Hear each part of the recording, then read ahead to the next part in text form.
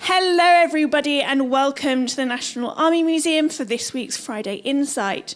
The museum is the national home of the history and heritage of the Army, a place where you can experience the story of the Army from the perspective of those who have served in it. There are many ways to support the museum. You can buy a book in our shop, visit the cafe, donate or become a member where you can get exclusive discounts and your very own events programme. Today I'm delighted to welcome Dr. Danielle Sprecher. Danielle is a historian specialising in the history of British menswear. Her research explores the industry from design to production and final consumption. She is the curator of the Westminster Menswear Archive at the University of Westminster and a co-author of the book Inside the Westminster Menswear Archive. Today, Danielle will discuss the significance of demob suits and how they were perceived by the men who wore them. There will be time for questions at the end of the discussion for both our online and in-person audiences. For our online audience, you can post your questions in the chat and we'll put them to Danielle at the end of the talk. Moving on with some technical points, should we encounter any technical issues, please bear with us while we work to rectify them. If your stream freezes, we suggest that you click the refresh button at the top of your browser. That usually cures all ills. A member of our team will be active in the chat bar to assist you should you have any issues or queries. With that being said, I'm now going to hand over to Danielle and hope you enjoy the talk.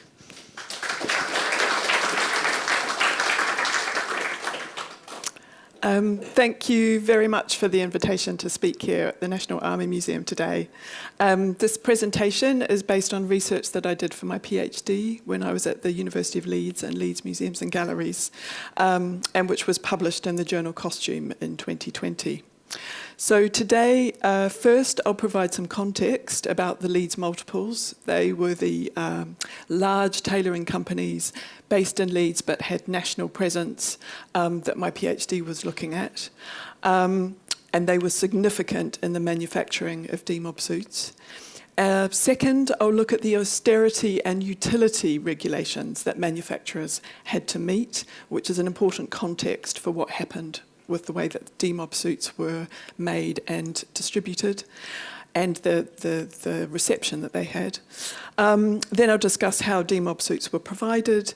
I'll look at some of the surviving suits, and one of the staff members here has just pointed out to me that there's one on display upstairs in the Soldier Gallery, so if you want to see one, do make sure you go and have a look. And then finally, I'll consider some examples of how men felt about the demob suits that they were given. So, to start with, I've got a quote from novelist J.B. Priestley from a novel that he wrote at the end of the war. 3 young men in new suits came in. The suits were blue, grey and brown, but were alike in being severely, even skimpily cut, and in being very new. The young men who wore them, and wore them newly too, were not alike, for one was tallish, fair, good-looking, and another was of similar height, but dark and beaky, and the third was burly and battered. So in this fictionalised account of the experiences of these 3 men as they returned home after demobilisation from the armed services in the mid-1940s, Priestley used the exchange of clothes from uniform to new demob suits to indicate the other changes these men were soon to undergo. The demob suit was a wool, tailored, ready-to-wear suit the British government provided to each serviceman demobilised from 1944 to the 1950s. The suit was made of a full outfit of clothing men received, including underwear, shoes, a hat, a coat, and case in which to carry them. A substantial portion of these suits were made by a small number of Leeds-based companies who both manufactured and retailed men's made-to-measure and ready-to-wear tailoring. And they were known as multiple tailors because they distributed their tailored outerwear through branches of their own shops across the country. Historian Eric Sigsworth has estimated that 1/3 of the total demob suits produced were made by the largest Leeds multiple tailor, Montague Burton. As historian Katrina Honeyman has expertly documented, the Leeds multiples had established themselves as nationally significant producers and retailers of men's suits in the period before the Second World War, and were expert in the mass production of men's tailoring. They'd also manufactured millions of uniforms during the war, all of which made them perfectly placed to take up the challenge of manufacturing demob suits. So today I'll showcase the role of the Leeds multiple tailors in the design and production of demob suits by discussing the context of their reception by the men who wore them and the wider public. The period of the war saw a situation where men's clothing was up for public discussion. The usual private discourse of masculine fashion between men and their tailors became subject to government orders, national attention, and debate in Parliament. Commentary and responses to the demob suit scheme and the suits themselves were largely framed in acceptably masculine terms, with an emphasis on practicality and craftsmanship. Exploring both the production and the consumption of demob suits reveals the variety of men's expectations of their tailoring in the 1940s. Men wanted quality cloth and cut, garments that fitted well and were individual. They expressed frustration when the demob suits they were given did not match these desires. Many of the problems stemmed from the fact that demob suits were ready to wear, when significant numbers of men were used to having a suit made for them, largely due to the success of the Leeds multiple made-to-measure model of tailoring in the 1920s and 1930s. Public commentary and men's individual responses also highlight many men's anxieties about having the right tailoring in order to express a correct masculine appearance in this immediate post-war period. So who were the Leeds multiple tailors? Many of the tailoring companies of Leeds that came to dominate men's outerwear in the 20th century were established in the West Yorkshire city in the mid to late 19th century. Hepworth, for example, was 1864. Burton started in around 1900, 1901. It had a large wool, Leeds was this important centre because it had a large wool textile industry on the doorstep. It had a significant engineering and heavy machine manufacturing industry that helped support other types of manufacturing.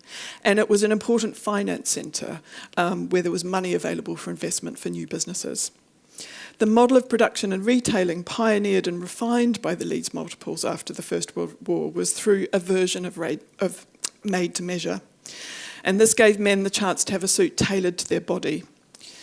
Men went to a retail outlet of one of the Leeds multiple tailors, such as Montagu Burton, who in 1939 had 595 shops across the country. And you can see in this slide here, branch number 127 in St Helens, or Hepworth's, and they had 313 shops by 1945. They were measured for their suit, and then they chose the details that they wanted from a style guide such as this, and they were also helped by the salesmen in the stores. They could choose details of the cloth they wanted from a guide, but also to look at the many hundreds of cloths that were available in each branch. And you can see this style guide here. And then the measurements and all the details were sent off to the factories in the north, and there were several in Leeds itself. And then the suits were made in the factory and then sent back to the store. So a man would go back a few weeks later and collect their suit. And a lot of the tailors talked about they did factory production, but they did hand cutting. And I've got a great image a bit later on about that. So this factory production and scale meant that made-to-measure tailoring could be provided at a price not much more and even equivalent to ready-to-wear.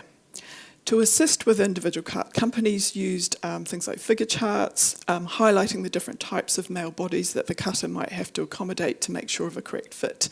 And on some of the fitting guides, the salesmen were asked to ask the male customer what kind of job they did, because if they were doing a labouring heavy job or an office job, then their body type would also be different. So that was taken into account. So this is an amazing image of the Montagu Burton cutting room at their largest factory, Hudson Road, which was just on the outskirts of Leeds. It was said to be the biggest in Europe in the 1930s. I think there were about 10,000 workers there.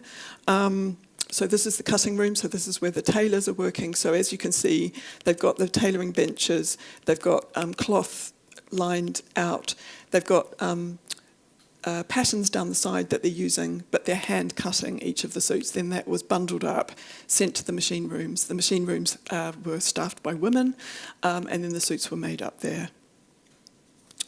And there were apparently over 30,000 different patterns available for the made-to-measure tailors in the cutting rooms.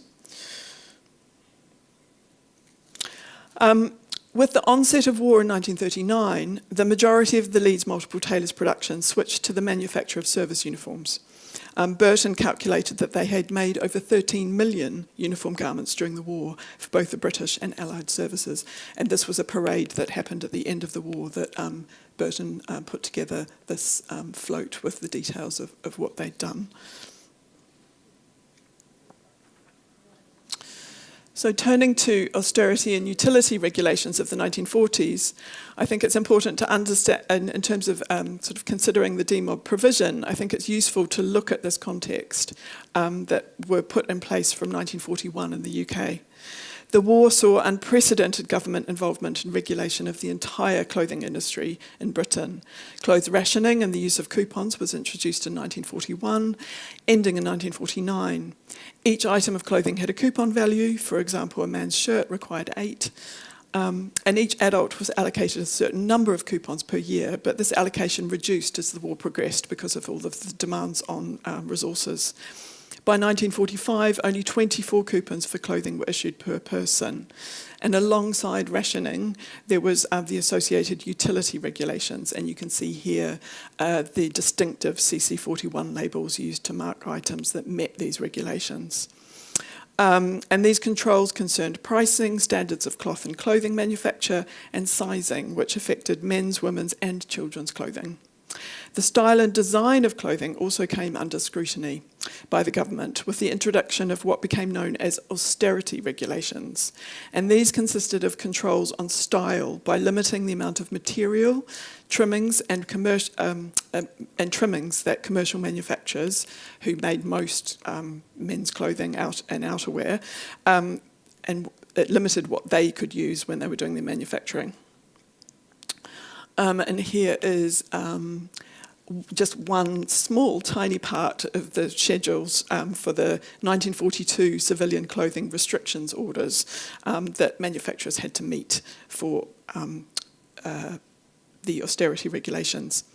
And for menswear, this meant, amongst other things, shirt lengths were shortened, it reduced the number of pockets available on garments, and buttons as well. And a whole lot of details and types of cut were actually outlawed, including double-breasted suits and waistcoats, double cuffs on shirts, and turn-ups on trousers. And here is an example of an austerity suit which the Museum of London has from 1944 from M. Hyam. And it was taken for granted that women would find these style restrictions, because there were similar restrictions on women's wear, that they would find it really difficult to come to terms with. And Pat Kirkham has argued, quote, being fashionable and taking pride and interest in what you wore was an important part of women's culture, which did not suddenly cease because Britain was at war. It was assumed that men would not care, but reactions from some men belied this supposed lack of interest. The changes in the design of men's suits under the austerity regulations were even the subject of parliamentary debate. Many of the comments were negative, such as those expressed by David Robertson. He was Conservative MP for Streatham, and he said in Parliament, quote, the only man who would buy one of these suits was the man who was obliged to have a suit. Anyone who was used to having 4 pockets in his waistcoat to hold his pen, watch chain and diary found it very difficult to get used to 2 pockets. He would have to carry his fountain pen horizontally in a jacket side pocket and probably find it leaking. These anxieties were put forward as pragmatic concerns with functionality rather than an admittance of men's engagement with style change. This representation of masculinity tallied with the usual discourse around men's tailoring, that it was about the denial of fashion by emphasising craftsmanship and technical design. However, in their part of the official Second World War history, which addressed civil industry and trade, Hargreaves and Gowing recognised the importance of fashion and menswear with regard to the austerity regulations. And they said the regulations, were most valuable when they introduced minimum standards into the industry and least valuable when they tried to control fashion. In menswear, the influence of fashion meant resistance to any changes involving economies. Definite savings were achieved by restrictions on shirts and suits, but evasion was fairly common, and there's quite a few examples in some of the trade journals of accounts of tailors making trousers extra long, which then meant that they could be turned up later. So they were austerity suits, but then they weren't. So this resistance made it clear that for many men, fashion still existed in the seemingly minor details of a trouser turn-up and a waistcoat pocket. And in fact, the austerity regulations for men's suits only lasted 2 years. I think they lasted longer for women's wear. And this was because of demobilisation.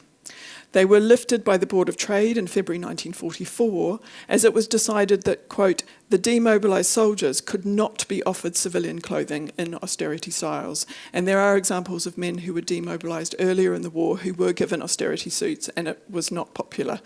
And they said men who had served deserved a fully detailed tailored suit. This had substantial implications for clothing manufacturers and retailers. The unpopularity of austerity tailoring meant that these suits would be potentially unsaleable. So the number of coupons required to purchase them was reduced from 26 to only 20, still a significant proportion of an adult's yearly coupon allowance. The attitude of much of the tailoring trade to these suits could be seen in cartoons in the trade journals, and this is one from Menswear from 1944, where you've got two salesmen wearing double-breasted suits, so not austerity suits, falling over in shock that anyone would be interested in purchasing an austerity suit, even with the discounted coupons. And the second one highlights a particularly flashy and exaggerated style associated with the dodgy dealings of a character later defined as a spiv, a figure who made a living getting around the law and rationing, and identifiable by their preferences for overtly fashionable clothes with colour, loud patterns and sharp tailoring, and you can see him here. So to the actual demob suits themselves, how were they provided? The design elements that had been excised by the austerity rules were considered of such importance by the government that men returning from the war service had to have them. Despite this acknowledgement of the significance of the style details of men's tailoring, the provision of demob suits proved to be just as controversial as the suits that conformed to the austerity regulations. The debate again thrust the design of men's clothing into the public domain. The severe restrictions highlighted anxieties about masculinity as men underwent the visual transformation from active service into civilians through their new suit of clothes. And historian Alan Allport has written extensively about this process of demobilisation and reintegrating men into the civilian life. The military uniforms worn by men during the war provided them with a defined masculine representation, visually identifying their service and sacrifice. The provision of an appropriate style and quality of menswear to those discharged was considered fundamental to the demobilisation process. A tailored suit with the correct detailing was central to this process of integrating returning servicemen back into British civilian life. The number of demob suits required was huge. On Victorian Europe Day in 1945, there were over 5 million Britons serving in the armed forces, and 9 out of 10 of these were men. The immense demob programme involved the outfitting of some 5 million officers and other ranks with civilian clothes of good quality. A report in the Daily Mirror in 1970 estimated over 3 million demob suits were issued. However, this primarily applied to men. My understanding is that most women who were demobbed from the armed services were given clothing coupons so they could then go and buy their own civilian clothes. In order to cope with the required numbers, the vast majority of demob suits produced were ready to wear and were made by the wholesale men's outerwear industry that was dominated by the Leeds manufacturers. And you can see here a copy of a tender to the Ministry of Supply from Montagu Burton for 200,000 suits in 1947. The government was determined to improve upon the demob process of the First World War that has struggled to reintegrate men into civilian life consistently. As General Officer Commanding-in-Chief of Northern Command, Sir Philip Christensen, commented after visiting the Burtons' Hudson Road factory in 1946, quote, "I wanted to see this for myself. After my experience at the end of the Great War, of houses fit for heroes to live in and clothes fit for heroes to wear, they were shocking things. But this time I'm most impressed. The quality and workmanship amaze me." There was no question that the civilian clothing supplied would not consist of a tailored suit. As Mass Observation asserted in 1939, quote, "For all classes, it is the emblem of that universal class attribute, respectability." It was agreed that the demob suit from 1944 would also improve on the austerity suits that men demobbed earlier in the war had been given. It was felt this would ensure that, quote, "When the soldier steps into Civvy Street and becomes John's citizen, from now on he is assured of a good suit and he will feel a dignified citizen." The idealised version of these suits was designed to conform to the expected style of 1940s tailoring, to be made of good quality wool cloth, 2 or 3 piece with options of single or double-breasted jackets, or a more informal sports jacket and flannel trousers, and trousers if turn-ups if they were desired. However, the demobilisation outfit itself comprised more than just a suit, and most of the publicity and press about the scheme emphasised the variety and choice on offer to men coming out of uniform. The outfit was described as including, quote, "a felt hat, wide choice of shape and colours, a shirt, over 100 designs, with 2 collars to match, tie, over 50 designs, 2 pairs of socks, a pair of shoes, black or brown, and a self-lined raincoat." And you can see one of these raincoats in the Leeds Museum's and Galleries collection here. Significantly, the clothing provided did not require any coupons. Men were given the garments separately to the rationing system, which did cause some disgruntlement from civilians, as J.B. Priestley commented in 1945, quote, "The demob man was a prince amongst paupers, literally a cut above the rest of us." Labour MP Evelyn Walkenden, on being shown samples of the ensemble at a special parliamentary display, thought the clothes were exceptional, and he said, "I valued the outfit, suit, hat, shirt, shoes and underwear, shown at £17, 17 shillings. The suits were better than most MPs are wearing today." Ministry of Information colour photographs of a demobilisation centre demonstrate the way that the demob process was promoted, with the emphasis on individual selection and an attempt to recreate the kind of clothing consumption that men would have been familiar with before the war. Men were sent to different demobilisation centres around the country on the return, where they were processed. They were given a record and release book with tickets for each department they had to visit, including a medical check, being issued with their final pay and certificate of release, and selecting their demob outfit. The demobilisation process was shown on a British Pathé newsreel film from 1945 as it followed an unarmed Royal Air Force serviceman as he demobbed through a centre in Uxbridge, West London. And in the film, he admires the mocked-up tailor's window with an elegant display of the outfits on offer and feels the quality of the cloth. He peruses the style sketches to decide what type of suit he wants. He is assisted into a quieter patterned jacket by the civilian tailor after rejecting the suggested nice smart check with the exclamation "blimey," and finally admires his reflection in a full-length mirror in the same way that Private Bill Crepper is doing here.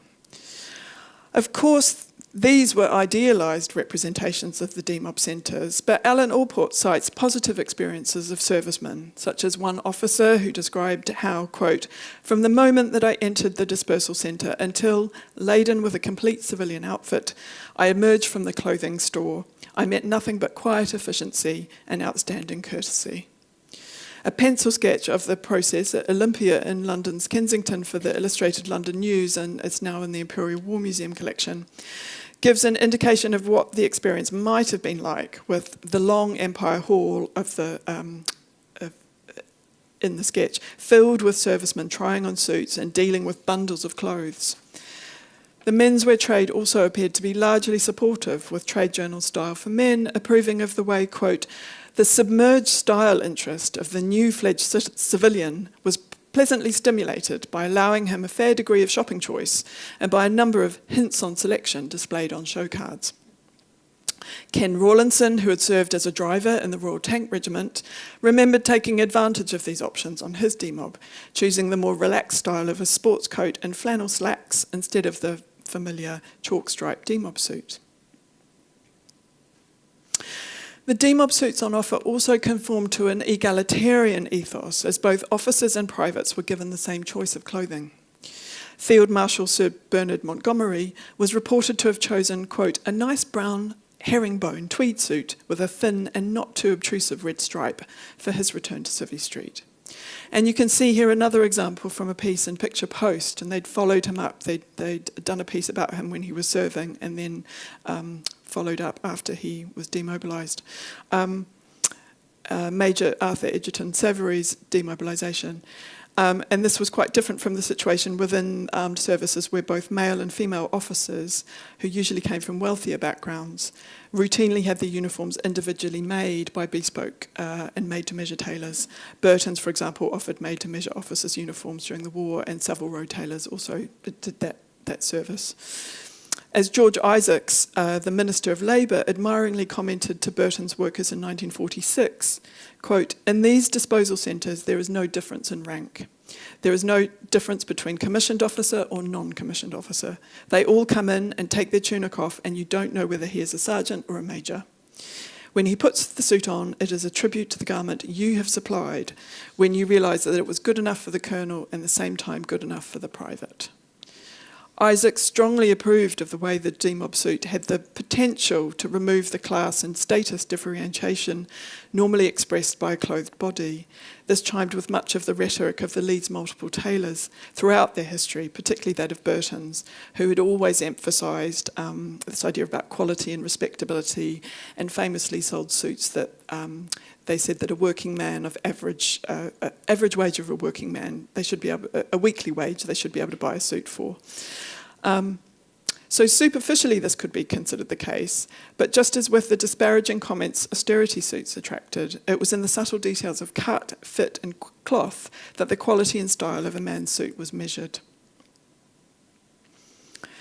Men's awareness of these differences with demob suits was played on in cartoons advertising the Sidmore brand of Leeds tailor S. Morrison Company in menswear, which you can see here. One depicted a high-ranking officer flipping a coin with an ordinary serviceman for a Sidmore suit. Another showed a burly, naked serviceman, his modesty covered by his discarded uniform on a chair, told that all of the Sidmore suits had gone, their superior quality giving them particular desirability.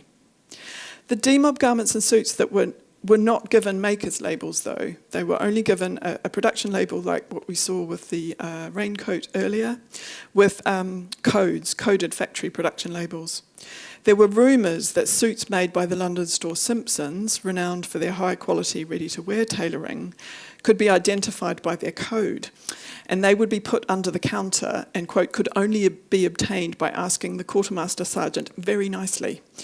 While the Daily Mirror reported that civilian workers in some demob centres had been sacked for taking tips from servicemen for exactly that practice. Officers and men of the lower ranks were given the same choices of demob suits, but it is clear that there were identifiable grades of quality in demob tailoring, and this was dependent on who they were made by, and despite the fact that the manufacturer's name did not appear on the garments, some servicemen were aware of these quality differences and took advantage of them if they could. The vast majority of demob tailoring production was for ready-to-wear suits. A small number of made-to-measure suits were offered to men who were considered outsize or who had other issues. So, for example, Commander St. Lo Strachey, who at over 6 foot tall, was given a specially made demob suit. There were restrictions on styles and colours laid down by the Ministry of Supply. The options were single-breasted suits with either a single-breasted notched or double-breasted pointed lapel, or double-breasted suits with pointed lapels.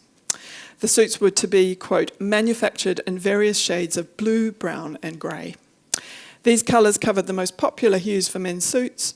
However, given the infinite mixtures possible in woven wools, and especially in tweeds, these were not as limiting as might first appear. Just as in peacetime, the quality of cloth was considered one of the most important elements of a suit. The weights and types of cloth for demob suits were also specified, and that ties in with the utility regulations, where it was about quality as much as a restriction. So producing good quality materials and garments that would last. So these included worsted mixtures, 15 ounces, various woolen materials from 14 to 17.5 ounces, tweeds, 16 and 17 ounces. Positive coverage of Burton's demob production at the beginning of the scheme in 1944 highlighted this diversity of cloth used and emphasised the quality and high standard of the materials available for these new civilian suits. Quote, in this one factory's range, the demobbed man will have the choice of no fewer than 47 different patterns. Pinstripes, herringbone, silk stripes, twills, overchecks. The designs run the whole gamut of men's tailoring. Serges, worsteds, tweeds. They will all be there for the asking, each and all lined with an artificial silk twill of excellent quality. The publicity given to the scheme emphasised variety and aimed to conform to what had become accepted as an important in men's clothing consumption. This was firmly located within the safety of men's tailoring, where choice, style and quality cloth were deemed appropriately masculine.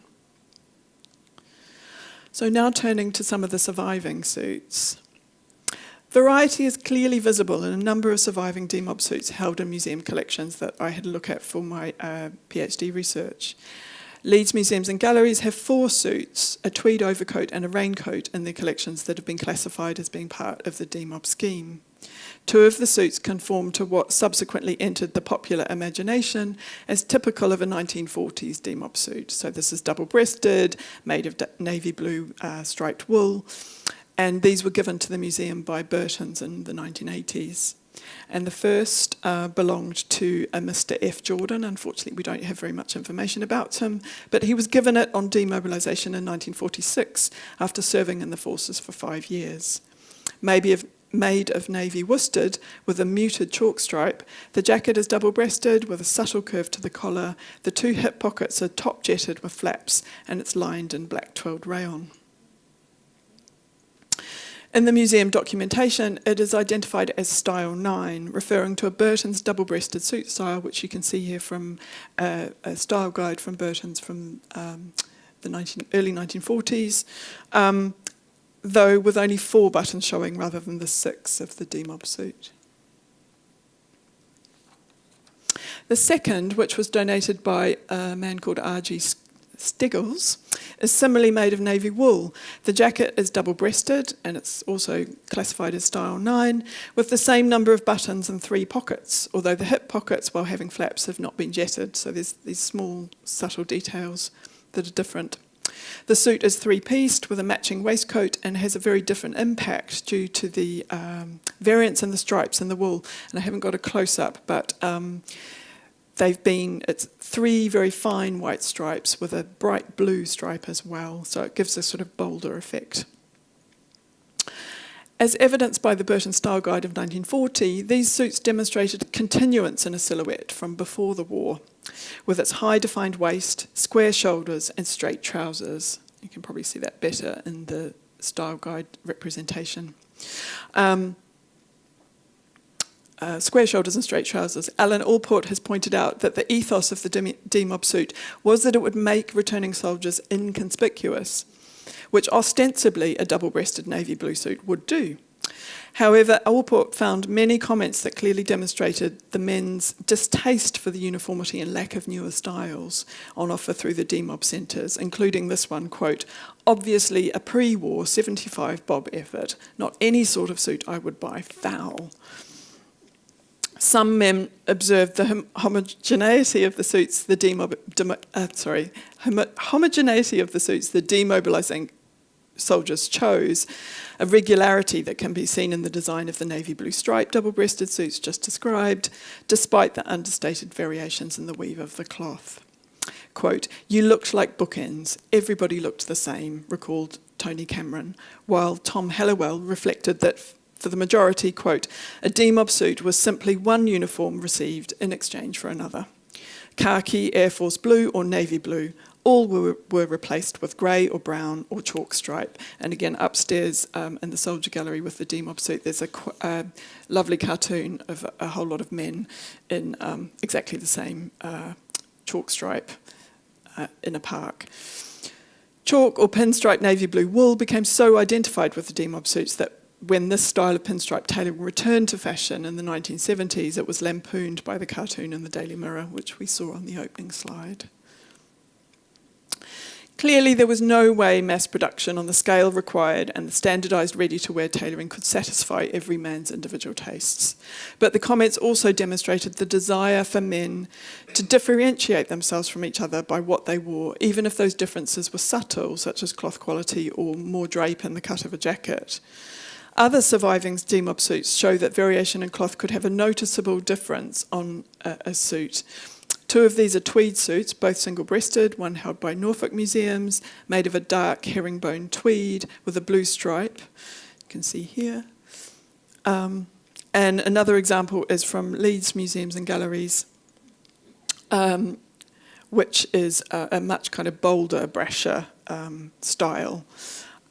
It's still a three-button single-breasted in the way that the one from Norfolk is, and that's the same as the one upstairs as well, three-button single-breasted.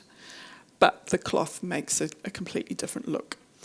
The style of tweed would have been considered more suitable for country wear at the time. These distinctions were recognised in the demob process, and in the 1945 newsreel Demob, which I talked about earlier, by British Pathé, the fabric patterns on offer were divided into town wear, country wear and leisure wear. And this is an example that we have in the Westminster Menswear Archive. So brown with a pinstripe. And that's a three-piece as well. So we've got the jacket, the waistcoat and the trousers. So how did men find wearing their demob suits? We've had a few comments already. The Glen check suit that we looked at before would be a bold pattern to carry off, challenging any notion of being unobtrusive. It could be one of the demob suits which were described as gaudy, so that kind of description came up quite frequently. This danger of ridicule was frequently apparent and a way of ensuring correct expressions of masculinity. This 1944 cartoon published in Menswear mocked a different one, mocked the taste of two older men dressed in garish tweeds, captioned, quote, "I can just imagine the ghastly suits the government will hand out to the poor chaps after the war." Whether the Glen check was deliberately chosen by a man who had the confidence to wear such a loud suit or he wanted it for country wear, just happened to fit him, we don't know because there was no information given with it.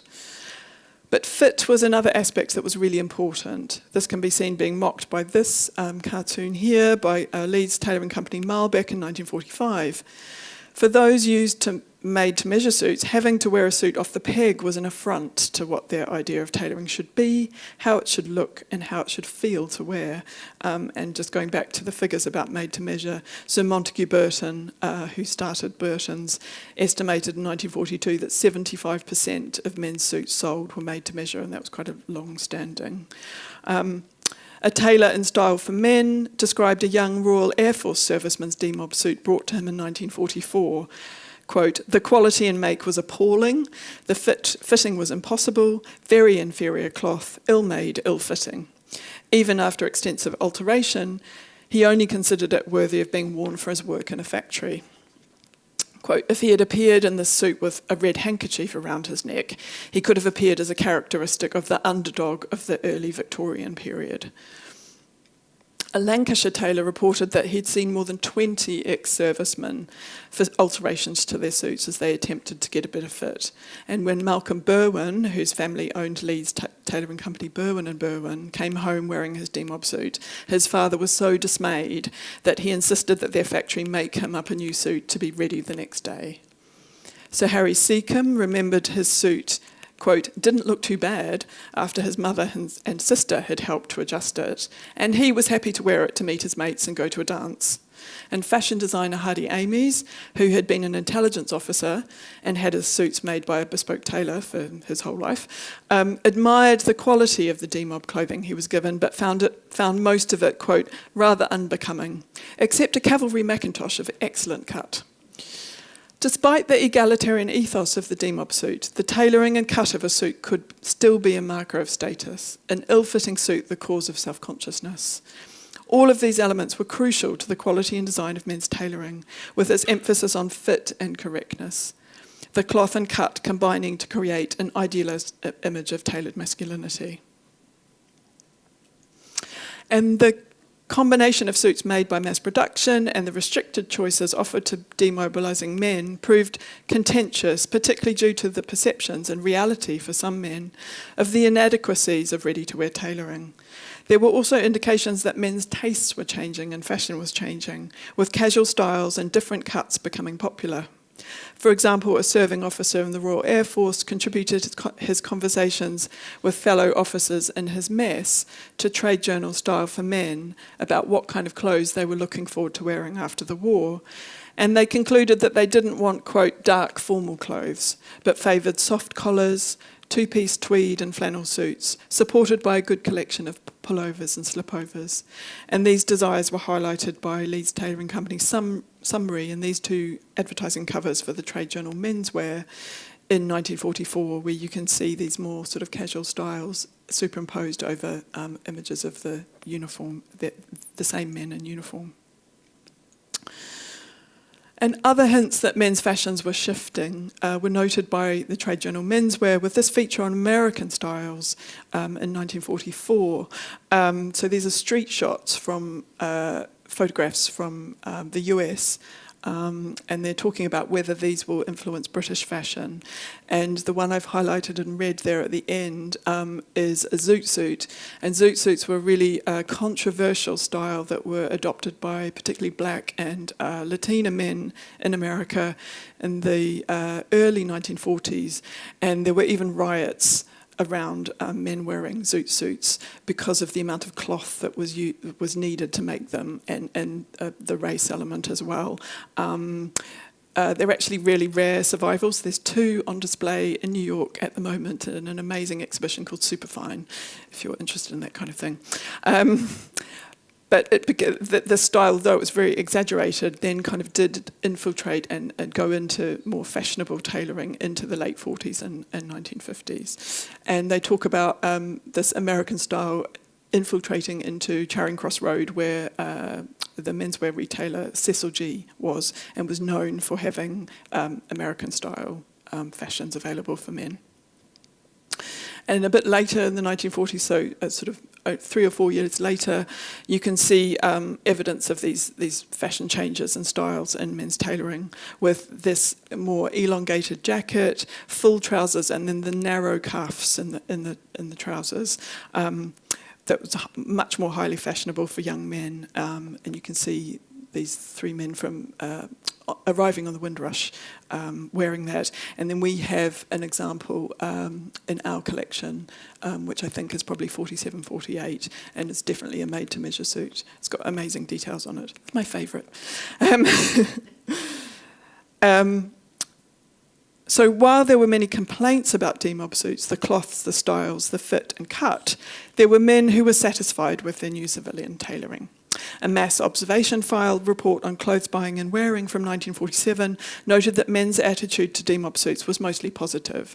26% liked and wore their suit, and only 12% disliked them. Unfortunately, they don't say what the other 62% thought, but I'm assuming they were reasonably happy because they didn't have a strong feeling either way. A Normandy veteran, Jim, remembered his demob suit with pleasure, quote, "It was my first ever suit, and I was very pleased with it indeed. It was grey pinstripe suit, and with it I received a lovely suede shoes." Soon after his demobilisation, Mr. James Towns was reported by the Daily Mirror to be so proud of his demob suit that after wearing it, he always put it in a press, and he refused to wear it in the rain. Contributors to the BBC's Second World War Archive project, Ron Goldstein and George Hedges, provided photographs and descriptions of themselves wearing their Demob suits. And this photo is Ron Goldstein with, I think, his brother and cousin going to a wedding, a family wedding reception in the centre of London. And the image that George provided to the BBC was him giving his sister Winnie away on her wedding. And it was the only suit that he'd ever owned. After serving in the Royal Fusiliers in India, North Africa and Italy, Ted Bradley wore his Demob suit to his wedding to Alice Wedge in 1946. She had to borrow her dress and veil. And while there was no record of what he thought of his suit, their wedding photograph shows him proudly standing outside the church in this his three-piece single-breasted Demob suit. Men also continued to wear their Demob suits after the war. Some because they liked them, others because they had little choice, a problem faced by Gerard Crosby, who had been amazed by the clothes on offer at the Demob Centre, but had been forced to continue wearing his suit for several years because of the post-war difficulties in obtaining clothing. And that's something really important to consider. The labour shortages, the resource shortages, cloth, all sorts of things meant that clothes were still very restricted to even be able to buy. In 1958, the Daily Mirror featured several stories relating to the durability of Demob suits. Mrs. R. Wood's husband had worn his for 12 years as a lounge suit and continued to wear the jacket to work, while the quality of cloth meant that she'd been able to cut down the now too tight trousers to make shorts for her sons. The diversity of opinions expressed by men about their Demob suits demonstrates the difficulties in supplying ready-to-wear tailoring to male consumers largely used to acquiring their suits by made-to-measure, and the importance men put on fit and quality for their tailoring in the 1940s. Before the Second World War, discussion had begun about how men in the armed services would be reintegrated into civilian life once the conflict was over. Senior members of the government and the military were determined that men would be provided with appropriate civilian clothing, and central to this was a tailored suit. The resulting Demob suit conformed to contemporary public expectations of masculine attire. The significance of this was demonstrated by the decision to end austerity regulations for men's tailoring and ensure servicemen received fashionable details of trouser turn-ups and double-breasted jackets if they wanted them. The domination of the Leeds multiples made-to-measure model prior to the war had developed to cater to individual choice, giving men options in design and cloth types, furthering established masculine tailoring consumption practices. However, the ready-to-wear tailored Demob suit removed most of these choices, much to many men's frustration. For some, it was definitely one uniform for another. For others, it was a suit that lasted them for years. Thank you.